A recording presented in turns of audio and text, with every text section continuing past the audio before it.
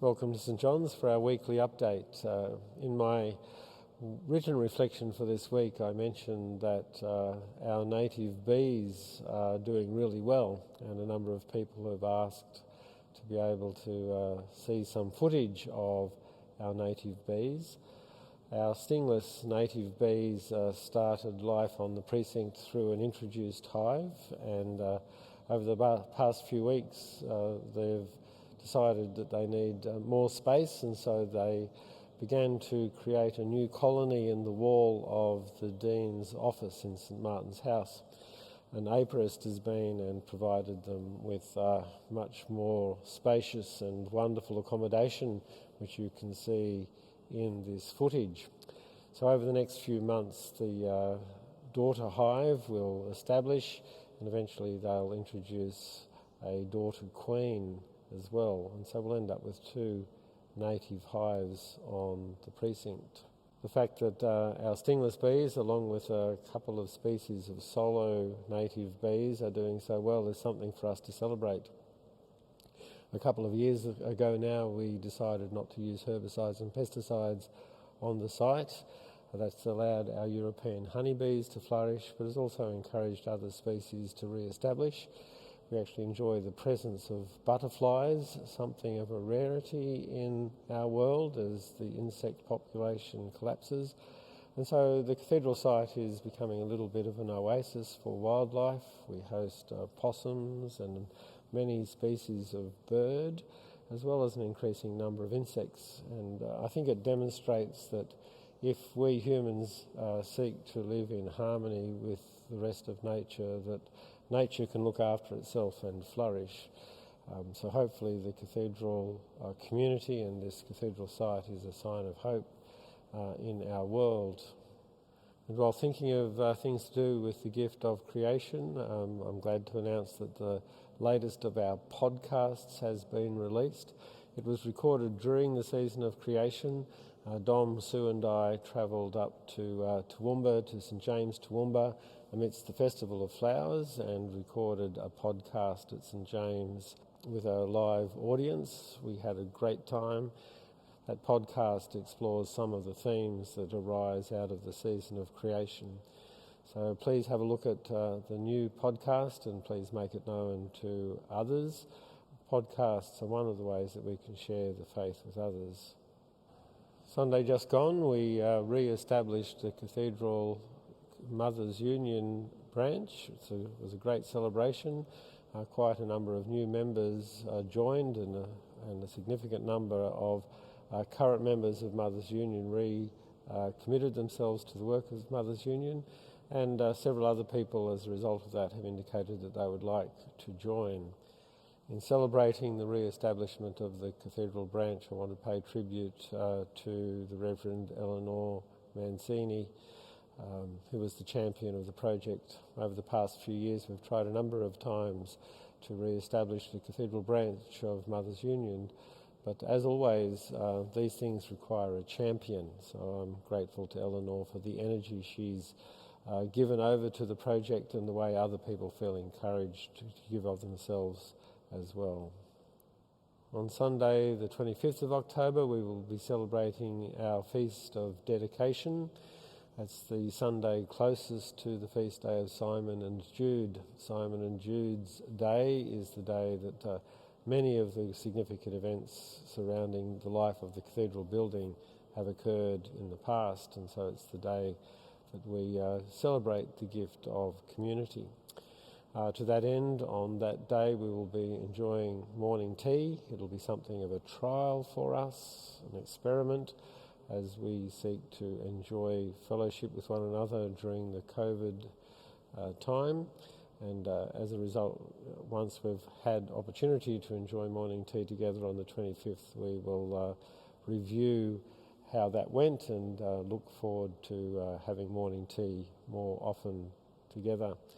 As I mentioned last week, in order for that to become a sustained ministry, we do need people to undertake the COVID-safe food handling training that's being offered by Queensland TAFE.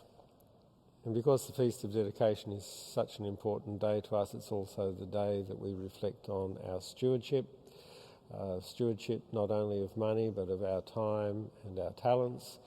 To that end, on the 25th, we'll be given the opportunity to reflect on how much we are able to support the ministry of the cathedral and its community through our money, but also there'll be the invitation to reflect on how we might offer more of our time and more of our talents. In terms of finances, you would be aware that the cathedral has been impacted by COVID-19. One of the strong income sources that we have is the stream that comes through what's called use of the cathedral. That's when people come here for photo shoots, for wedding blessings and for concerts. And much of that income has dried up over the past few months and looks like it will certainly not come back strongly for many months to come. And so we need to find ways to supplement our income, and certainly the personal commitment that each of us has certainly helps. So as we draw near towards the 25th of October, I invite you to reflect deeply on how you might be able to assist the life of the cathedral and its community through the money that you give. Also, as part of our Feast of Dedication, each year we collect port that we then use in the Eucharist. This year we're collecting port as a sign of our hope that the future will be different to our present, because at the moment, of course, we cannot share the common cup, but we're still going to share port that will be used in the Eucharist in times to come as a sign of our hope for the future and our desire to restore the use of the common cup and the desire to restore communion in all its fullness to us. The lack of a common cup at this time stands as a constant symbol that things are not the way that they should be, which for the Christian community is a really important concept for us to reflect on and to discuss, because so much in the world is not the way it should be. So the absence of a common cup, if you like, is not only a symbol of how our communion is not what we would like it to be, it's also a sign of how the world is not what we would like it to be. And part of that reflection is looking forward to a time when things will be other than they are, and of course dedicating ourselves to be agents of transformation as we look to the future. So the question that arises for us out of the absence of the common cup is, what can we be doing to make the world a better place? So the absence becomes an opportunity to reflect, and out of that reflection comes the opportunity to make a resolution to be agents of God's coming commonwealth on earth. We are in the midst of Mental Health Week, and throughout this week we are praying for those who live with brain diseases and their families, and also those who are researching to find better treatments.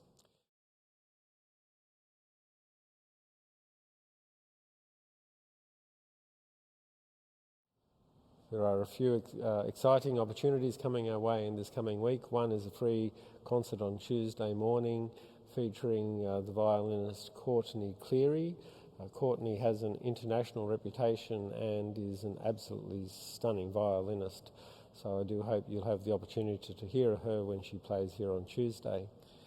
We also have a new study commencing this coming week. It's looking at women in the Old Testament. That study will be offered on Tuesday evenings after the meditation group and on Wednesdays between 5:30 and 6:30. It's a really important lens to apply to our reading of the scriptures, looking at the role of women and how women were affected and treated in the Old Testament, because so often we just focus on the sort of the dominant male characters. And so this study will help us look at the Old Testament with a slightly different set of lenses, and as always, if we apply a different set of lenses, we learn new and exciting things about the faith and about ourselves. As is our long-established custom, on Sunday the 1st of November we will be observing All Saints' Day in the morning and All Souls' Day in the evening. All Souls is that poignant opportunity we have each year to remember those who we love and yet see no longer. The choir will be offering the Requiem by Victoria, a gorgeous piece of music, nestled into a liturgy of remembrance and remembering, a liturgy where we remember those who have gone before us with fondness, remember the way that their prayers continue to shape us and the way their example sustains us. If you'd like someone mentioned by name in that service, you can add their name to the list that you'll find in the cathedral when you come here, or you can email Lisa and she'll add their names to the list for you. And so we come to our community celebrations.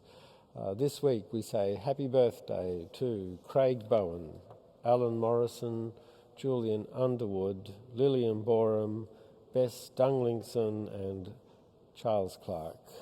Happy birthday to all those folk, and I hope you get that wonderful gift, the gift of cake. And remember that in the church we keep festival for 8 days, so you are allowed to have a celebration of yourself, of your birth and your life for 8 days.